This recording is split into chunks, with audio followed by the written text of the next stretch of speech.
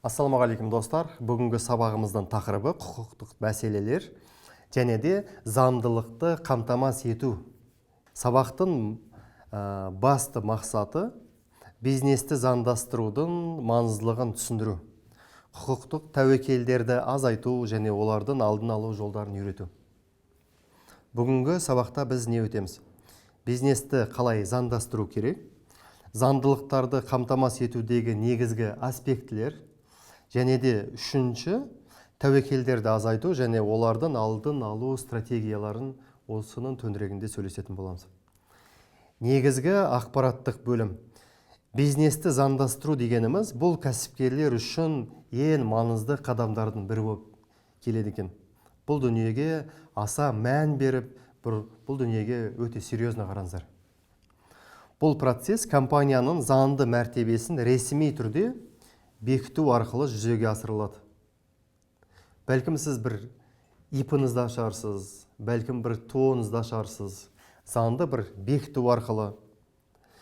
Және де өзіңіздің бір бұл салықтарды жәнегі жұмысшылардың құқықтарын және де бір маңызды міндеттемелеріңіздің бәрін реттейді екенде.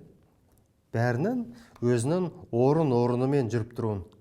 Мысалдар, компанияны тіркеу дегеніміз, компанияны заңды тұлға ретінде тіркеу, сіздің заңды құқықтарыңызды және міндеттемелеріңізді сақтай аласыз.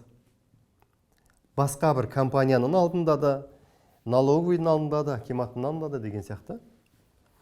Салықтық міндеттемелеріңіз, өз бизнесіңізді дұрыс заңдастыру арқылы сіз өзіңіздің салық салудың дұрыс шарттарын қамтамасыз ете аласыз. Бұл артықшылықтар мен жеңілдіктерге қол жеткізуге мүмкіншілік береді. Кейбір кезде біз қандай қателіктер жасауымыз мүмкін? Бизнесіміздің саламызды бір тестілеп жатқан кезде бір ТО-ны, бір ИП-ны тіркеп аламыз да, асығыста жасамаймыз. Бәрін рет-ретімен жасаймыз. Ең бірінші сала таңдаймыз, оны тестілеп көреміз. Ол сала істеп тұрған, сізге бір пайдасын беріп тұрған дүние болса, содан кейін барып оны иншалла заңдастырамыз. Бірақ дұрысынан заңдастырып, дұрыстап жұмыс жасаған, иншалла өзіңізге қайырлы болмақ.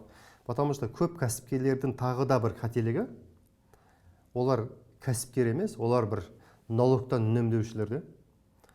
Налогтан үнемдеп жүріп, содан пайда тауып жүреді.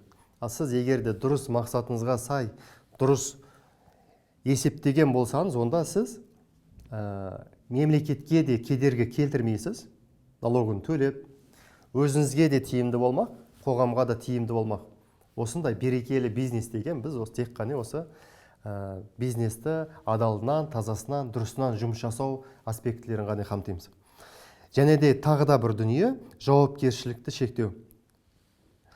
Заңды тұлға ретінде тіркелу кәсіпкердің жеке мүлкі мен бизнес мүлкінің арасындағы шекараны анықтайды екенде.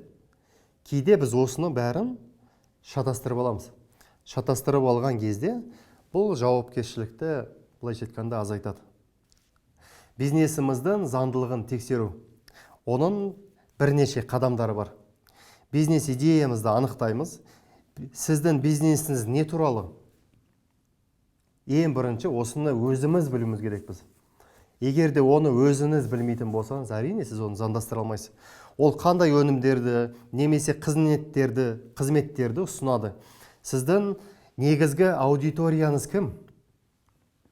Осыған да сіз міндетті түрде жауап беру керексіз. Қажетті лицензиялар мен рұқсатнамалар керек шығар, бәлкім сіздің қазіргі істеп жатқан жұмысыңызға. Сіздің бизнесіңізді қандай салаға жатады? Оған қандай да бір лицензиялар, рұқсатнамалар керек? Мысал үшін тамақ өндіру саласы немесе қызмет көрсету салаларында арнайы рұқсатнама қажет болуы мүмкін. Бәлкім сіз егерде бір халал тамақтану деп атаған болсаңыз, онда ХМДБ-ның қағазын алу керексіз. Сол сияқты бір лицензиялайтын, бір сертификаттарды алатын бір дүниелер болуы мүмкін. Егерде бір товарды шетелден импорттап кіргізген болсаңыз, онда товарыңыз 100% сертификат алу керексіз. Әйтпесе Қазақстанда сіз оны сата алмайсыз. Салықтық міндеттемелеріміз, біз өзімізге өзіміз сұрақ қою арқылы сіздің бизнесіңіз үшін қандай салық міндеттемелері бар? Осыны мұқият түрде зерттеп алу керексіз. Орысша бір сөз бар: незнание закона не освобождает от ответственности деген. Сіздің заңды білмей қалғаны жәнегі заңның немелерінен босатпайды. Сол үшін кәсіпкерсіз бе, сіз бәрін зерттеу керексіз, білу керексіз. Қандай салықтың төлеу керек екенін, оны қалай бір есепке алу керек екенін бізде кәсіпкерлер қауымдастығының ішінде бізде консалтингпен айналысатын бухгалтерлар көп. Олар өте бір кішкентай ақшаға сіздерге бір көмектесуі мүмкін. Құқықтық құрылымы. Сіздің бизнесіңіздің заңды құрылымы болады, иә? Соның жеке кәсіпкер, серіктес, жауапкершілігі серіктес, акционерлік қоғам немесе басқа деген сияқты құрылуы мүмкін. Сіздің бизнес идеяңызға, бизнес жобаңызға қайсысы жарайды? Осыны юристпенен барып ақылдасып алатын болсаңыз, немесе бір финансистпен барып ақылдасып алатын болсаңыз, онда сіздің бизнесіңізді дұрыс бастайтын боласыз. Өйткені осы құқықтық құрылымның өзі өте маңызды болады екен де. Кейбір кездерде мемлекеттің бір субсидиясын алып қалуыңыз мүмкін, мемлекеттің бір жеңілдігін алып қалуыңыз мүмкін деген сияқты. То есть бизнес идеямыздан жәнегі осы құқықтық құрылымын, стратегиясын бір алып алғанымыз өте маңызды. Жауапкершілікті шектеу. Қалай біз мүлкімізді, бизнесімізді, борышымызды қалай қорғай аламыз?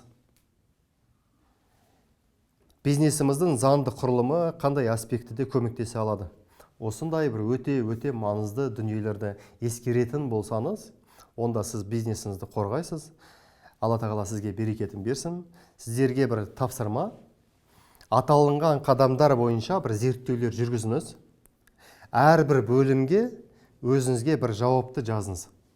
Егер сізде бір бизнес жоқ болса да, кез келген бір бизнес идеясын таңдап, сонымен осы тапсырманы орындаңыз.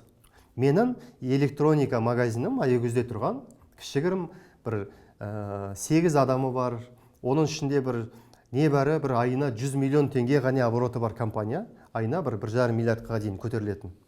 Сол компанияны сіз алып, сол компанияның бір ішіне бір жауапкершілігі, жәнегі юридический жағын, финанс жағын өзіңізге алып, өзімнің бір дүкенім бар деген сияқты өткізетін болсаңыз, сол кезде ғана сізге мынандай бір тәжірибе келетін болады. Және де бұл тапсырма сізге бизнесті заңдастырудың маңыздылығын түсінуге және де құқықтың тәуекелдердің азайту жолдарын анықтауға көмектесетін болады. Алла тағала берекетін берсін. Келесі сабақта кездескенше.